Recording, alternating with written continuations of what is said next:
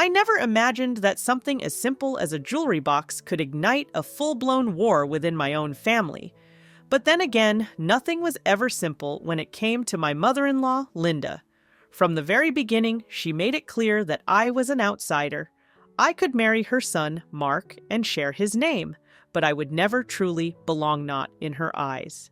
And when it came to things she considered part of her family, she was relentless. Mark and I had been married for 4 years, and while our relationship was solid, my dealings with Linda had always been strained. She had a way of making me feel like an interloper, like I was merely borrowing a spot in their grand family tree. It didn't help that she had an unnerving ability to show up unannounced, offering unsolicited advice and inspecting our home like it was part of a scheduled tour. Linda's favorite pastime was rehashing family history, especially when it came to material possessions. Every piece of furniture, every painting, every holiday decoration, she had a story to tell about its supposed place in her family's lineage. So when she spotted my grandmother's pearl necklace one evening at dinner, her eyes locked onto it like a predator spotting prey. "That looks familiar," she said, her voice honeyed but laced with something sharper. "I swear, my great-aunt used to have a piece just like that. Must be one of those family heirlooms that got passed down through the generations." I smiled, not taking the bait. "It belonged to my grandmother," I replied, running my fingers over the delicate pearls. "She left it to me in her will." Linda's lips pressed into a thin line, and I could see the wheels turning in her head. "Oh, really? You know, jewelry like that has a way of circulating through families. Sometimes pieces end up in unexpected places." She laughed lightly, but her eyes didn't match the humor in her voice. I glanced at Mark, hoping he would intervene, but he was too busy scrolling through his phone, oblivious to the tension simmering between us. Linda didn't drop it. Over the next few weeks, she began casually mentioning how certain items, especially jewelry, sometimes got mixed up over the years. She'd comment on the way the pearls matched Mark's side of the family's classic taste, or how his great-grandmother had a penchant for pearls, just like mine. "You know, Rachel," she said one day while sipping coffee in our kitchen, "Mark's side of the family has always had such refined taste. Those pearls, I could have sworn they belonged to my husband's grandmother." I clenched my jaw, keeping my tone polite. "Linda, I can assure you, these belong to my grandmother. She was very proud of her collection." Linda simply smiled, taking another sip, but I knew better. That wasn't the end of it. Things escalated when she began making subtle but persistent comments in front of other family members. At Mark's birthday dinner, she leaned across the table and said, loud enough for everyone to hear, "Rachel, isn't it amazing how our family has such exquisite taste? Those pearls look just like something from our side?" I felt my face heat, my grip tightening on my fork. "Actually, they're a part of my family's history," I said with a forced smile. Linda merely gave a knowing nod, the kind that suggested she didn't believe a word I said. And of course, Mark, ever the peacemaker, would laugh it off or change the subject, unwilling to take sides. It was frustrating, to say the least. My grandmother had been my rock, the one person who always believed in me, and her jewelry was more than just accessories. It was a reminder of where I came from, a connection to the strong woman who raised me to be independent and proud of my roots. I wasn't about to let Linda rewrite that history, but I knew Linda wouldn't stop. She had a way of digging in and turning the smallest things into full-fledged battles. And sure enough, it wasn't long before I found her in our bedroom, standing over my jewelry box, her fingers grazing the edges of my grandmother's antique brooch. "Oh, Rachel, I was just admiring this lovely piece," she said, feigning innocence. "It's so familiar." I took a deep breath, pushing down the anger bubbling inside me. "Linda, I'd appreciate it if you didn't go through my things." She sighed, placing the brooch down as if it had burned her fingers. "I was only looking, dear. Family treasures should be shared after all." That's when I realized this wasn't just idle curiosity or nostalgia. Linda genuinely believed she had a right to my grandmother's jewelry. And if I didn't do something soon, she'd convince everyone else of it too. I needed to put a stop to it once and for all. It all came to a head one Saturday afternoon when Linda came over, unannounced again. I was in the middle of folding laundry when she waltzed through the door, a fake smile plastered on her face and an overly sweet tone in her voice. "Rachel, dear," she cooed, stepping into the living room like she owned the place.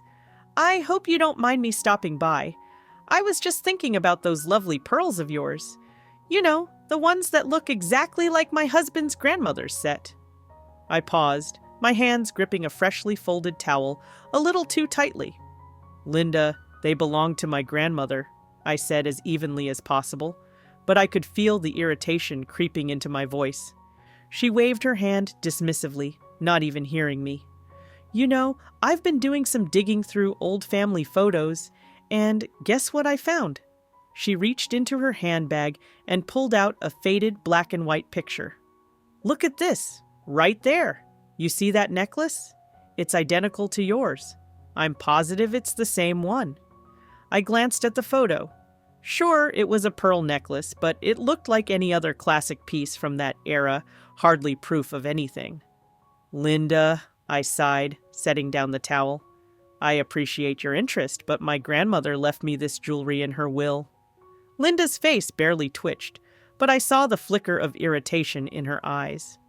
"Yes, well," she said, stuffing the photo back into her bag with a little too much force, "people sometimes misplace things. Maybe it found its way into your family by accident. You know how these things happen over the years." I couldn't believe what I was hearing. "Are you suggesting my grandmother somehow ended up with something that didn't belong to her?" Linda gave a small, condescending smile. "Oh, honey, I'm just saying things have a way of finding their rightful place. And it does belong to our side of the family. Mark should have inherited it." My stomach churned. "Excuse me?" Just then, Mark walked in from the garage, wiping his hands on a rag, blissfully unaware of the storm brewing in his living room. "Hey, what's going on?" he asked, looking between the two of us. Linda seized the moment. "Mark, don't you think it's odd that Rachel has a necklace that looks exactly like your great-grandmother's? I mean, what are the chances?" Mark glanced at me, his face clouding with confusion. "Mom, come on, that's ridiculous. Rachel's grandmother left it to her." Linda let out a dramatic sigh. "I'm just saying, darling, if it truly belonged to our family, shouldn't it stay in the right hands? We wouldn't want any misunderstandings down the road." I clenched my fists, my pulse hammering in my ears. "Linda, with all due respect, it's my jewelry, and there's no misunderstanding here." But she wasn't done.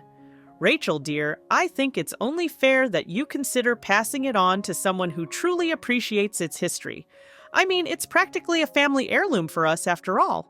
It should go to someone like me, or perhaps even your future children." My breath caught in my throat. "You can't be serious," I said, my voice shaking with anger.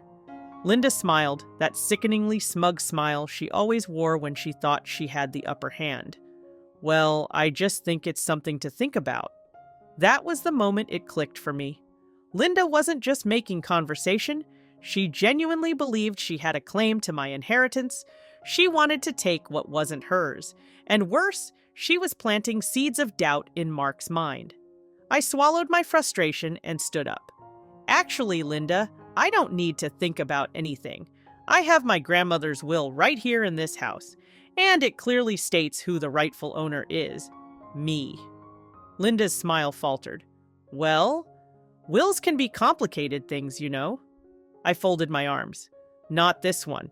It's crystal clear. Would you like me to show you?" Her face paled for a moment, but she recovered quickly. No, dear, I trust you," she said with a tight smile. But I could see it in her eyes. She didn't trust me at all. And that's when I knew.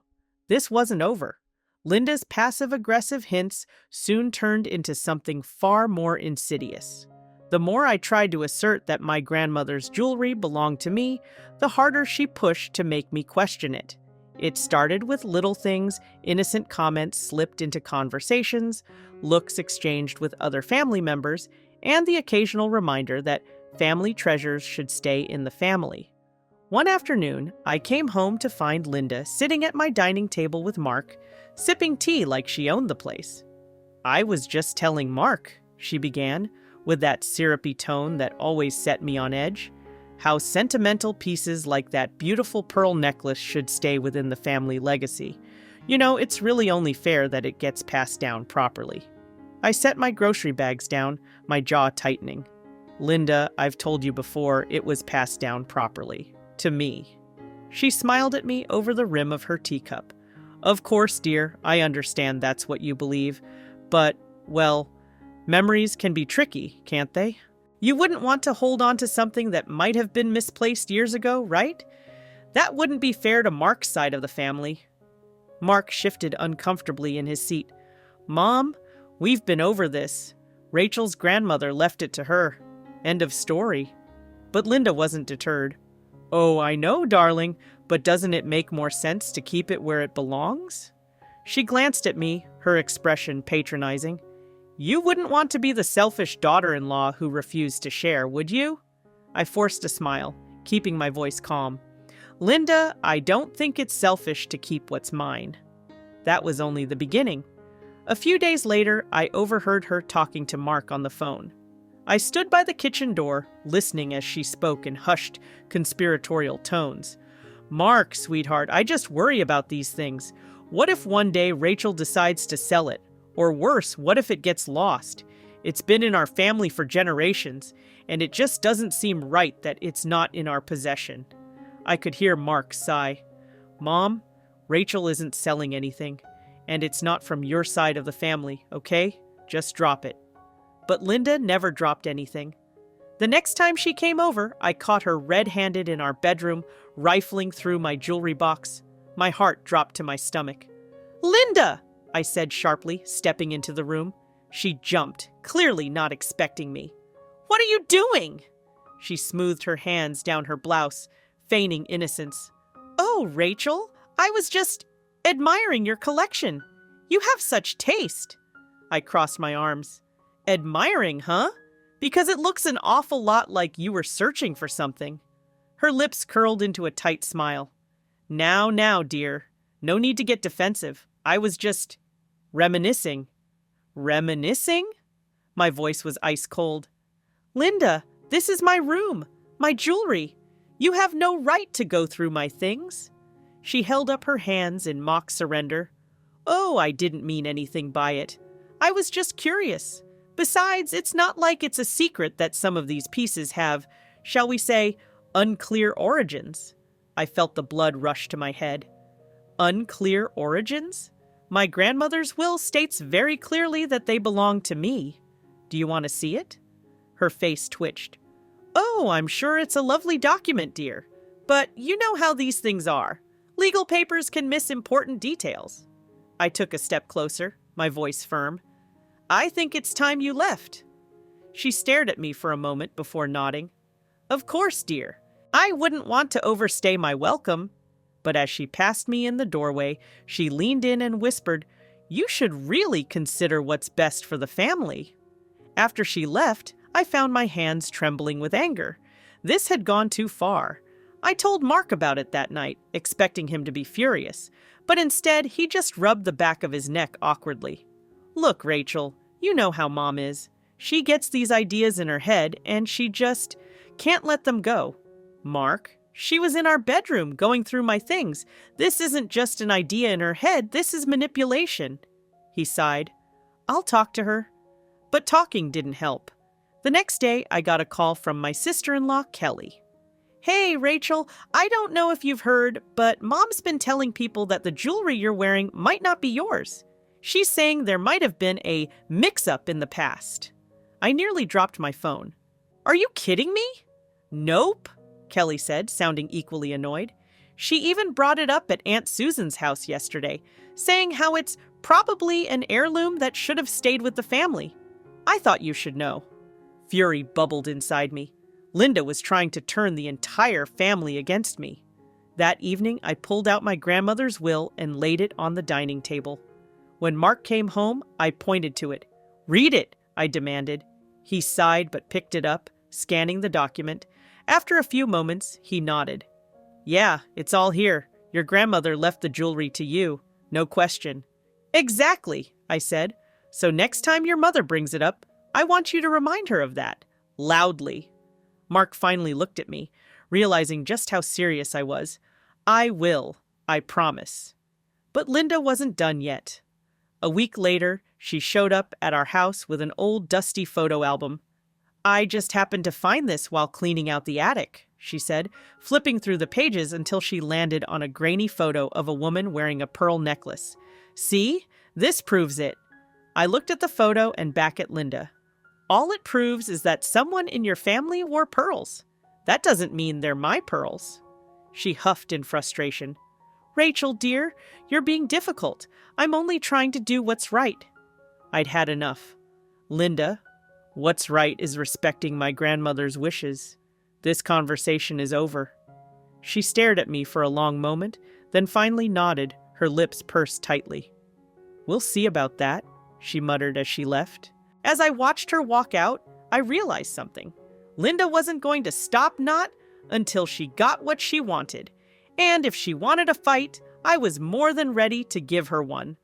Linda's obsession with my grandmother's jewelry reached a boiling point at Mark's cousin's anniversary party. The entire family was gathered at his aunt's house, cousins, uncles, and even distant relatives I barely recognized. It was supposed to be a casual celebration, but I knew better than to expect a peaceful evening with Linda around. Sure enough, the moment I walked in wearing my grandmother's pearl necklace, Linda's eyes locked onto it like a hawk. She sauntered over, her smile tight and forced. "Oh, Rachel," she said loudly enough for everyone nearby to hear. "You really do love flaunting those pearls, don't you?" I kept my voice even, refusing to take the bait. "I love wearing something that reminds me of my grandmother. Yes." Linda's eyes narrowed slightly, but she turned to Aunt Susan, who was within earshot. "You know, Susan," she said with exaggerated sweetness, "those pearls look exactly like the ones my husband's grandmother used to wear. Isn't that funny?" Aunt Susan frowned. "Linda, I thought Rachel's grandmother left them to her." Linda sighed dramatically. "Well, that's what she says, but you know how families are. Things get misplaced. Sometimes people end up with things that don't really belong to them." I felt my blood pressure spike, but before I could respond, Linda wasn't done. She turned to Mark, placing a hand on his arm like she was rallying support. "Mark, don't you think it would be best if we just sorted this out? I mean, surely you can understand how much this jewelry means to our family?" I looked at Mark, silently pleading with him to finally take a stand. Mark sighed and ran a hand through his hair. "Mom, please, not here." But Linda took that as encouragement. No, Mark, it's important. It's about family history, and if Rachel really cared about family, she would want to do the right thing and give them back." That was it. I had had enough. I squared my shoulders and took a deep breath. "Linda," I said, my voice carrying through the room, drawing attention from nearby relatives, "you keep bringing this up like it's some big mystery, but it's not. My grandmother left me this jewelry, explicitly stating it in her will. And since you seem to have trouble believing that, I brought a copy with me." The room fell into a hush. Linda's smug expression faltered for the first time. I reached into my purse, pulled out a neatly folded document, and held it up. "This is a legal document signed and notarized, naming me as the sole heir to my grandmother's jewelry collection. There's no mix-up, no confusion. It belongs to me, period." Linda's face turned red, but I wasn't done. "And just to be absolutely clear, I had it appraised by a professional jeweler who confirmed that these pieces match the ones listed in my grandmother's estate inventory. There is zero connection to your family, Linda. None." Mark finally stepped in, his voice firm. "Mom, drop it. Rachel's right. You need to stop this nonsense." Linda opened her mouth, but Mark cut her off. "No, Mom. Enough. You've been harassing Rachel about this for months, and it's not fair. I've seen the will, And if you took a second to listen instead of always trying to take control, you'd know that she's telling the truth. You owe her an apology." Linda's eyes darted around the room, seeing all the curious faces watching the scene unfold. "I was just trying to make sure there wasn't a mistake," she muttered weakly. I smiled, but there was no warmth in it. "Oh, I think you were trying to do a lot more than that. You were trying to take something that doesn't belong to you and make everyone believe your version of events. But the truth is right here, in black and white." I waved the will for emphasis, "and I won't tolerate you questioning it anymore." There was an awkward silence before Aunt Susan finally spoke. "Well, I think that clears everything up," she said, giving Linda a pointed look. "Linda, dear, maybe it's time to let it go." Linda's lips pressed into a thin line, and I could tell she was fuming inside, but she nodded stiffly. "Of course," she said through gritted teeth. But I wasn't done. "One more thing, Linda," I said, lowering my voice but making sure it was firm. "Stay out of my jewelry box. If I catch you snooping in my things again, I won't be so polite next time." Linda's eyes widened, and I saw the flicker of fear there. "Good," Mark nodded in agreement. "Yeah, Mom. We're serious. It needs to stop." Linda huffed, smoothing down her dress as if trying to regain some dignity. "I just wanted what was best for the family," she muttered before turning on her heel and walking away. I let out a long breath, feeling the weight finally lifting off my shoulders. Mark put an arm around me and whispered, "I should have stood up to her sooner. I'm sorry." I leaned into him slightly, nodding. "Yeah, you should have, but better late than never." From across the room, I caught Linda shooting me one last glare before turning to chat with someone else, pretending like nothing had happened. But I knew better. She had lost this battle, and she knew it. I touched the pearls around my neck, feeling a sense of triumph and closure. My grandmother had given me these pieces not just as heirlooms, but as a reminder of my strength, and today I had honored that legacy. In the days following the party, Linda went into full damage control mode. She avoided me as much as possible, which was a welcome change, but whenever we did cross paths, she would act like nothing had ever happened. No more passive-aggressive comments, no more longing glances at my jewelry, and most importantly, no more unwanted visits to our house. It was almost peaceful. Almost. One afternoon, I received a message from my sister-in-law, Kelly. "Mom's been telling people she was just concerned about family history and that you overreacted. Thought you should know." I rolled my eyes but couldn't help the small smirk that formed on my lips. Linda might have been trying to save face, but everyone who had witnessed the showdown at the party knew exactly what had happened. The whispers had already started, and no amount of backtracking could erase the embarrassment she'd brought upon herself. Mark, for his part, seemed relieved that things had simmered down. He took me out for dinner one evening, holding my hand across the table, a guilty expression on his face. "I should have spoken up sooner," he admitted. "I let her walk all over us for too long." I nodded, stirring my drink. "Yeah, you did. But at least now she knows I'm not going to roll over and let her take what's mine." He sighed, rubbing his temples. "She means well, you know. She just has a hard time letting go of things." I looked him straight in the eye. "Mark, it wasn't hers to hold on to in the first place, and it never will be." From that moment on, Mark didn't try to defend Linda's behavior anymore. In fact, he made it a point to reinforce boundaries whenever she got too close for comfort. The next time she accidentally dropped by our house uninvited, he met her at the door before she could even step inside. "Mom, give us a heads up next time, okay?" he said firmly, blocking her way. "We've got things to do." Linda's smile twitched, but she nodded. "Of course, dear. I wouldn't want to intrude." Small victories, I thought to myself as I watched from the kitchen, relishing the sight. Despite her newfound hesitance, I wasn't naive enough to think Linda had truly let it go. I caught her eyeing my necklace at a family barbecue a few weeks later, but instead of making a snide remark, she simply gave me a tight smile and turned away. I could tell it still stung her that she couldn't manipulate her way into claiming what wasn't hers. But the difference now was that she knew she couldn't win. Kelly pulled me aside later that day, shaking her head. "Mom's still fuming about the will, you know, but I think you scared her straight." I grinned. "Good." She needed a reality check. In truth, I had scared myself a little with how much I had to fight for something that was rightfully mine. But it was worth it. It wasn't just about the jewelry, it was about standing up for myself, for my grandmother's memory, and for the principle of it all. I kept my grandmother's will in a safe place after that, and every time I opened my jewelry box, I no longer felt the shadow of Linda looming over it. Instead, I felt a deep sense of peace, knowing that I had protected what mattered to me. As for Linda, she still found ways to insert herself into our lives, offering unsolicited advice and trying to stay relevant in Mark's world. But after everything that had happened, I learned to stand my ground with a polite smile and firm boundaries. And whenever she got too close, all I had to do was adjust the pearls around my neck, a silent reminder that I had already won.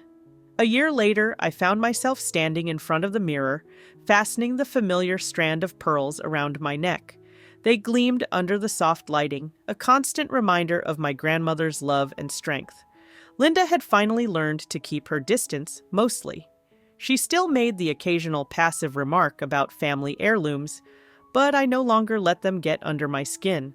Mark had grown better at setting boundaries, and to my surprise, even Kelly had started pushing back against their mother's antics. As I smoothed down my dress, I felt a sense of pride swell inside me. This jewelry wasn't just valuable because of its worth. It symbolized resilience, legacy, and the importance of standing my ground. With a smile, I turned to leave for dinner with Mark, feeling lighter than I had in years. Linda could say whatever she wanted, but these pearls, they were mine, and they always would be.